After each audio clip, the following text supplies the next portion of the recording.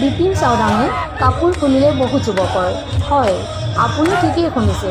অসমৰ জনপ্ৰিয় কণ্ঠশিল্পী বিপিন চাওডাঙে কাপোৰ খুলিলে বহু যুৱকৰ। এই ঘটনাটো ঘটিছে যোৰহাট জিলাৰ নকছাৰীৰ চিনাতলি গাঁৱত। অৱশ্যে শিল্পীজনে কাৰো গাত ধৰি কাপোৰ খোলা নাই। যুৱকসকলে বিপিন চাওডাঙৰ গান শুনি মতলীয়া হৈ নাচি নাচি নিজৰ কাপোৰ খুলিছে, পুনৰ নাচিছে। গান গাই গাই বিপিন চাওডাঙৰ গীতৰ সুৰে সুৰে তালে তালে। এনেদৰে আনন্দ কৰিলে চিনাতলি গাঁও তথা নকছাৰী অঞ্চলৰ বিহু বুলিয়েই ৰাইজে। চিনাতলি যুৱ সংঘৰ উদ্যোগত আৰু ৰাইজৰ সহযোগত অনুষ্ঠিত হয় ৰঙালী বিহু সন্মিলন। বিপিন চাওডাঙৰ গীতৰ সহায় আগে আগে কেইবাটাও বিহুৰ দলে বিহুৰ প্ৰদৰ্শন কৰে। বিশেষকৈ প্ৰিয়কৰ বিহু দল, গমধৰ কোঁৱৰ আৰু চৰাইদেউৰ বিহু দলৰ প্ৰদৰ্শন আছিল অতি আকৰ্ষণীয়। আনহাতে এই মঞ্চতে বিভিন্ন প্ৰতিযোগিতাৰ পুৰস্কাৰসমূহ বিতৰণ কৰা হয়। লগতে চিনাতলি বিদ্যালয়ৰ অৱসৰ শিক্ষয়িত্ৰী ৰেখাজ্যোতি গগৈক সম্বৰ্ধনা জনোৱা হয়। News desk report, Assam TV. ইয়াৰ পিছত জনাবৰ কাৰণে অনুৰোধ জনাইছোঁ। আমি এখন সম্বৰ্ধনা পত্ৰ প্ৰস্তুত কৰি উলিয়াইছিলোঁ। এই ভুল ভ্ৰান্তি হ'ব পাৰে, তাৰ বাবে কৰ্তৃ মাৰ্জনা বিচাৰি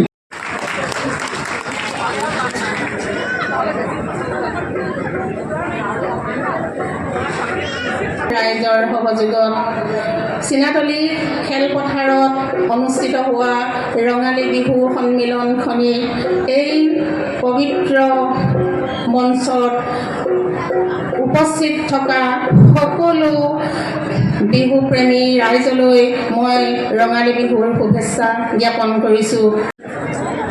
উদযাপন সমিতিৰ অন্যতম সম্পাদক সংগঠনকৈ উপহাৰ প্ৰদান কৰিব।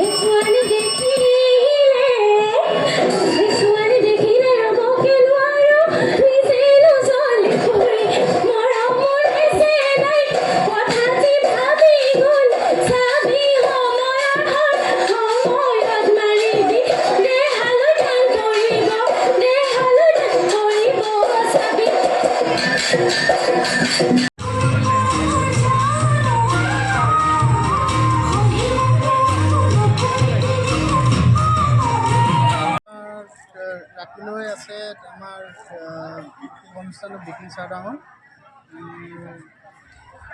বিশেষ সিমানেই। এতিয়া আপোনাৰ আৰু বিহু আৰু কেইজনমান আছে, বৰ্তমান তেওঁলোক আহি উপস্থিত হোৱা নাই, খন্তেক পিছতে উপস্থিত হ'ব বুলি কৈছে।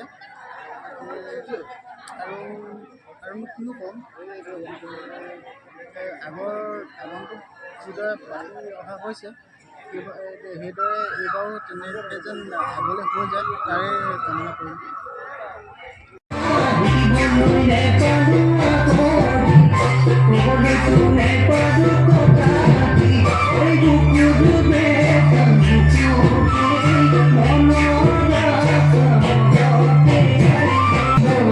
বহাগ অসমীয়া জাতিৰ আয়ুস ৰেখা।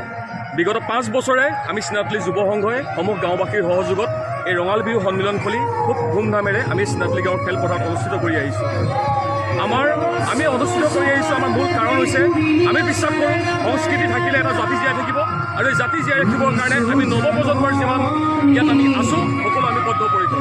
গতিকে সেই উদ্দেশ্যৰে আৰু লগতে আমাৰ গাঁৱে ভূঞে যিমানখিনি প্ৰতিভা আছে তেওঁলোকক আমি এখন উপযুক্ত মঞ্চ দিব চেষ্টা কৰিছোঁ, যাতে তেওঁলোকে এই মঞ্চৰ জৰিয়তে ভৱিষ্যতে আৰু ডাঙৰ মঞ্চত গৈ তেওঁলোকে নিজৰ প্ৰতিভা বিকশিত কৰিব পাৰে।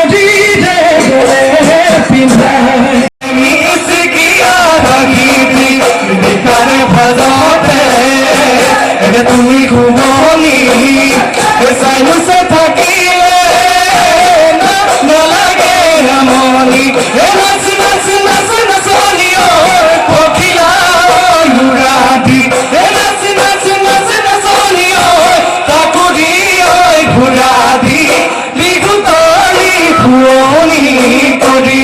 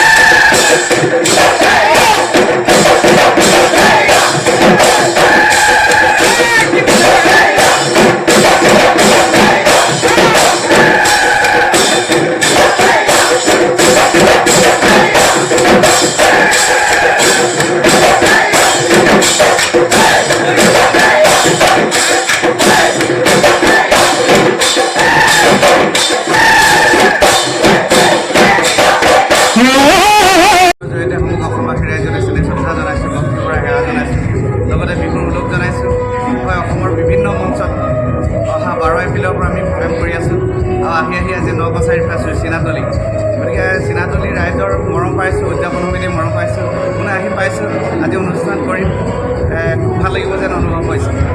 আপোনাৰ কিমান আৰু বিহু কিমান আছেগৈ আপোনাৰ মঞ্চত?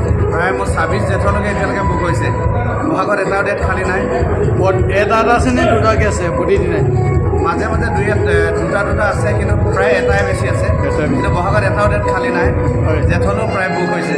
আপোনাৰ ল'ৰাজনৰ পৰিৱেশন কৰে আজি আহিছে নেকি? হয়, দুখৰ বিষয়। ল'ৰাটো বিহু 2-3 দিনৰ আগতে পৰি কিনে হাতখন ভাগিলে, গতিকে তাক এইবাৰ বিহু মঞ্চত অনুষ্ঠান কৰিব পৰা নাই। সি হাতখন 70 দিনৰ কাৰণে তাক প্লাষ্টাৰ কৰি দিলে, গতিকে সি কোনোপধ্যে আহিব নোৱাৰে। এইবছৰৰ কাৰণে সি আহিব নোৱাৰাৰ কাৰণে আমাৰো বেয়া লাগি আছে। উপায় নাই। আমাৰ ফালৰ পৰা আমি তেওঁ আশু আৰোগ্য কামনা কৰিছোঁ। ধন্যবাদ ধন্যবাদ।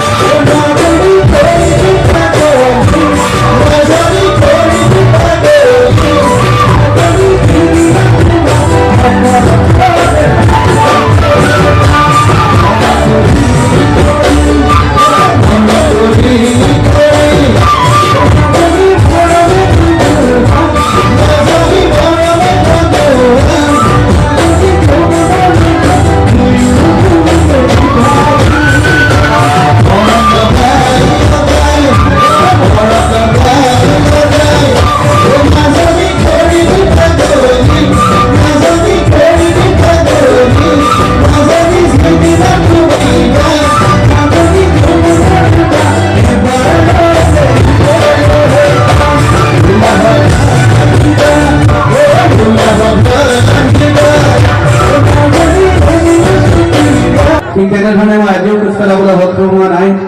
অসমৰ বিভিন্ন চুকে কোণে ৰাইজৰ আশীৰ্বাদ বিচাৰি ঘূৰি ফুৰিছোঁ।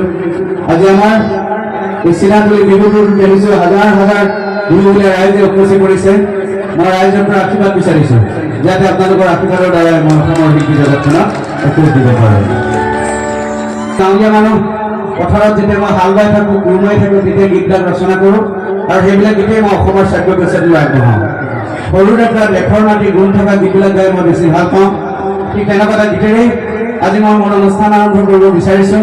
ৰাইজৰ শ্ৰীচৰণত হাত জোৰ কৰিছোঁ। গীত মাত পৰিৱেশন কৰোঁতে ভুল ত্ৰুটি ৰৈ গ'লে আপোনালোকে নিজ দিনে মাৰ্জনা কৰিব।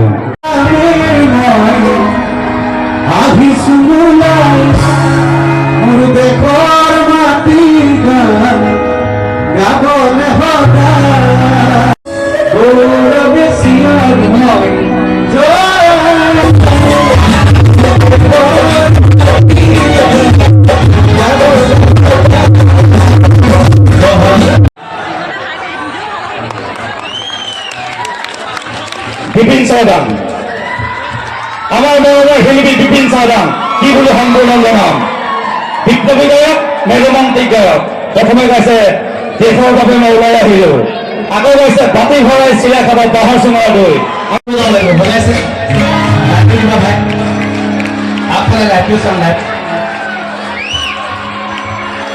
মাজৰ ফালে লাইট চাওঁ, লাইট লাইট আৰু চাওঁচোন। লাগি যায়